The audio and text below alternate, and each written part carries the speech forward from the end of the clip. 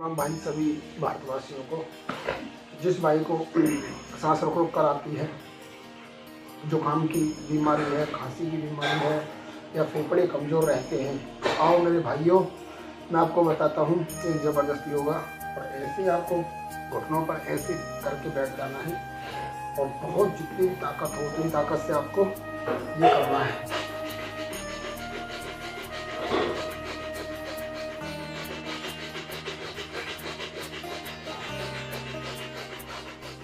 ऐसे पूरी ताकत लगा करके आप सबको ये योगा करना है। करीबन 5 सेट करने हैं 20-20 के, बहुत ही जोर जोर से। जिसको खांसी की नज़ला की बीमारी होगी वो सब दूर हो जाएगी, सांस की बीमारी होगी वो दूर हो जाएगी और फेफड़े आपके मजबूत हो जाएंगे।